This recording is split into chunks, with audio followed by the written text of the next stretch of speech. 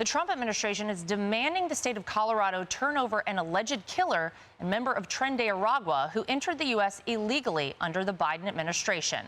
The White House wants to deport him back to Venezuela.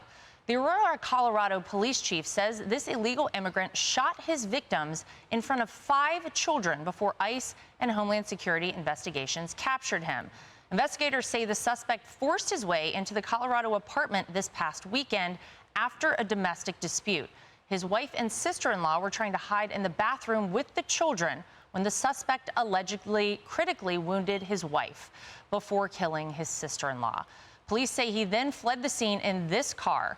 The Aurora police chief praising the cooperation between his agency and federal law enforcement who helped locate and arrest this dangerous suspect. Our aspects on this and the conclusion of what occurred here today, again, it came in a large part based upon our relationship and affiliation with agencies outside of local government. It came with the support and the help of HSI and ICE. We were able to ask them questions specifically about who or what they think this suspect is. They, without question and unhesitatingly, without any due regard to themselves, supplied us with information that was integral to the apprehension of this suspect. DHS releasing this statement, putting the city of Aurora on blast. Quote, Aurora, Colorado, a sanctuary city, has given cover to Tren de Aragua gang members to terrorize our communities. The brave men and women of ICE will be relentless in their effort to ensure Tren de Aragua terrorists are removed from our country for good. Alicia, you live in Colorado. I know you covered this story. Give us the local response to this. What have you learned about this entire situation? Well, this was quite terrifying. Some of the details that we learned from Todd Chamberlain, the police chief for APD, are really striking because this suspect apparently was high on cocaine. They had a domestic dispute. He tried to force himself back into the apartment. There was a 15-year-old trying to block the door, and he pushed his way through. Then his wife and sister-in-law grabbed 5 children and tried to hide in the bathroom, and he shot both women on the way in front of those 5 children, killing his sister-in-law and his wife right now, critically injured in the hospital. It has been terrifying. And as you know, Tren de Aragua has really terrorized the city of Aurora and to in broader scope, the United States.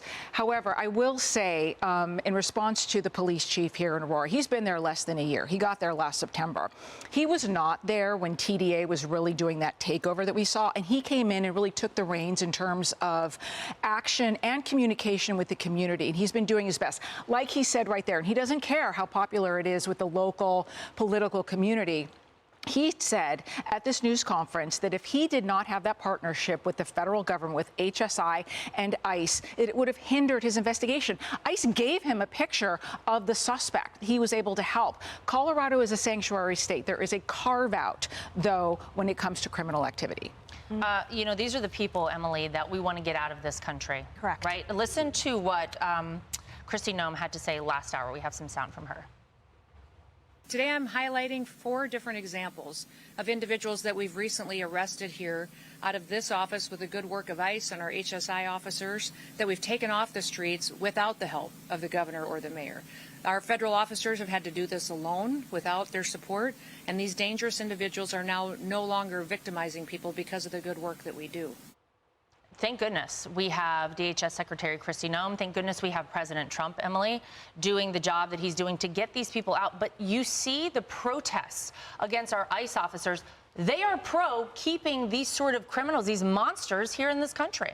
And while these agents are selflessly serving, putting their lives on the line in the midst of these violent protests and obstructions, assaults against them up 1,000%. And then here's what I find so deeply disheartening about these groups that purport to protect, obviously, just the criminals, is that when you talk about that carve-out for criminal behavior, you talk about the correlation, the collaboration between the federal agencies and local. That's exactly how crimes are solved. So let's take it out of this conversation for a moment. For example, there in the Moscow horrific University of Idaho shootings, right? Every horrific thing we see, there's usually a symbiotic collaboration between the FBI and more agencies and the locals. Americans depend on that to solve cold cases, to solve horrific crimes. So why not this?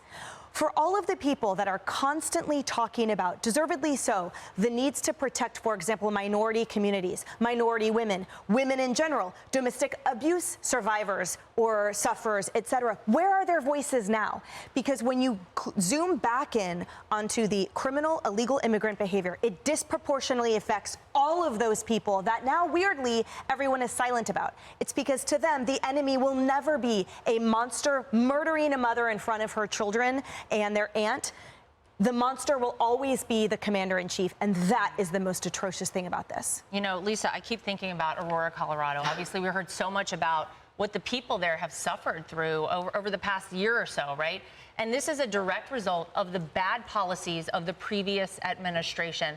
When you couple what happened over the past 4 years, a full open border policy, with the sanctuary city and sanctuary state laws, it's a recipe for disaster. It's why you have so many people now saying these laws have to go. You even have Mayor Eric Adams here in New York City kind of saying, look, I don't agree with sanctuary city laws anymore. Well, and President Trump was so smart in October of 2024 to go to Aurora, Colorado, and to hold a campaign rally there, drawing attention to the foothold that Tren de Aragua had gotten in that city, drawing attention to the fact that buildings were being overtaken by this gang. So he was so smart to do that. And my heart goes out to Secretary Noem and to our ICE agents who are just trying to do the job of ridding this country of terrorists, of gang members, but yet they're attacked. They're the ones doing something wrong. Yet ICE agents, as you pointed out, Emily, facing 1,000% increase of attacks on them. And Colorado is so bad that not only are they a sanctuary state, preventing the information sharing from local officials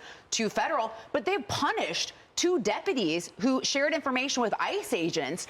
The Attorney General of Colorado sued one. They faced disciplinary actions and then also a fine of up to $50,000. Right, so you're punished for doing your job, for trying to protect your citizens. So, I don't know what's going to get us out of this upside down world we're living in, but I'd like to get back to where our police officers and our federal authorities are the heroes, and these gang members and terrorists are the villains. Well, we are certainly on the right track, David, with President Trump in the White House. We saw that in the entire month of July, you had fewer border crossings than one day of the Biden administration border crossings.